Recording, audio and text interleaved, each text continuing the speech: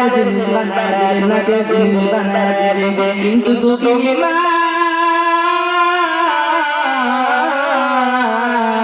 গোনার জন্য কাঁদবে না, নতুন কাপড়ের জন্য কাঁদবে না। মা বলবে মাবুদ গো, যেই সন্তান রে 10 মাস দিন গর্ভে রেখেছিলাম, ওই সন্তান আজকে দুনিয়া থেকে বিদায় নেয়। মাবুদ গো, আমার মাথার মধ্যে যত চুল, আমার সন্তানকে দুনিয়ার মধ্যে কতদিন বাঁচায় রাখার কথা বলেন ঠিক না দেবে?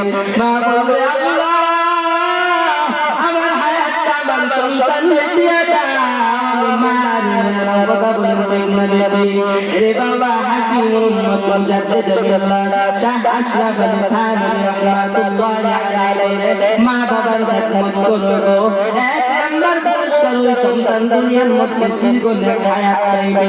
2 নাম্বার পুরস্কার, যেই বান্দা মা বাবার খেদমত করবে, ওই বান্দা দুনিয়ার মধ্যে বিপদ আপদ বালা মুসিবত থেকে আল্লাহ তার হেফাজত করবে।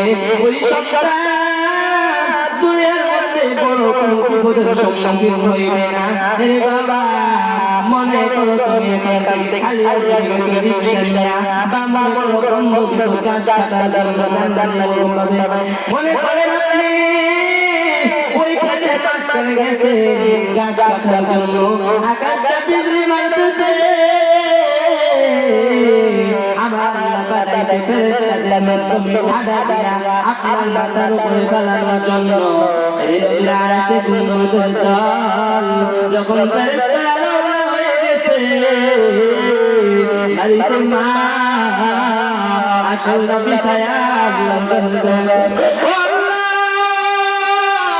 আমার সন্তান গেছে গাছ কাটার জন্য। আল্লাহ, ও আল্লাহ, আমার সন্তান রে, আমার কলিজার টুকরা সন্তান রে, আমি মায়ের বুকে ফিরাই দাও, কই কি কই না।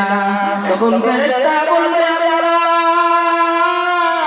কাটা দিয়া আমাদেরকে পাঠাইছেন ওই বান্দার মাথার উপরে ফেলানোর জন্য। আল্লাহ, কিন্তু বাড়িতে মা